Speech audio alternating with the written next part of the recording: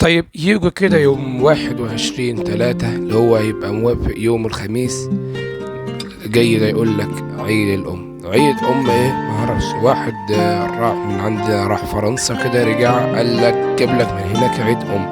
جابه من فرنسا، لا جابه من الكتاب ولا جابه من السنة. عيد الأم، عيد الأم ده إن حاجة بقت مقدسة. يوم 21/3 تجيب هدية لأمك وتقعد تنزل لها منشورات وحالات وكل سنة وانت طيبة يا أمي ومن غيرك معرفش أعيش والكلام ده كله. ده أصلا حرام حرام.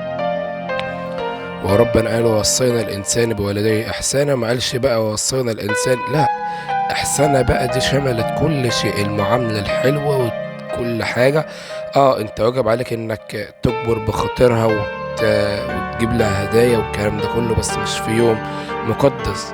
يعني حرام اليوم ده عيد أم وعيد أم. واللي ما عندوش أم يروح بقى عند تربة أمه يعيط ويا الله يرحمك يا أمي وكنت يا أمي وحياتي يا أمي. لا، الدين ما قالكش على كده. احنا ما عندناش غير عيدين بس، العيد الفطر اللي هو بعد رمضان والعيد الكبير.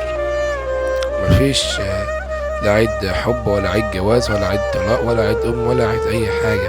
فمفيش حاجة تقول إن أنت كل يوم 21/3 ده حتى يعني خراب للواحد. والله يعني الواحد تيجي تجيب هدية لأمه ماشي، ده واجب عليه يجيب هدية لأمه أو يرضي أمه، ده واجب عليه إنه يراضي أمه سواء كان بهدية. المهم إن أمه تبقى راضية عليه، يكبر بخاطرها ماشي. يكون متجوز يجيب لحماته ماشي، فمراته تقول له هات أجيب لأمك وأجيب لأمي فيجيب برضه. فشوف بقى الراجل بيتحمل كمان. ده يا جماعة الواحد يعني الواحد مش ناقص أصلا الحاجات دي.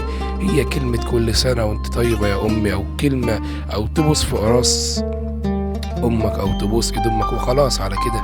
مش تقعد بقى يعني انا بعيد عن الهدايا دي يعني ما مش برضه عايز اتجه او اتكلم فيها كتير، بس عن اللي بنشوفه نازل يوم 21/3 عن الام.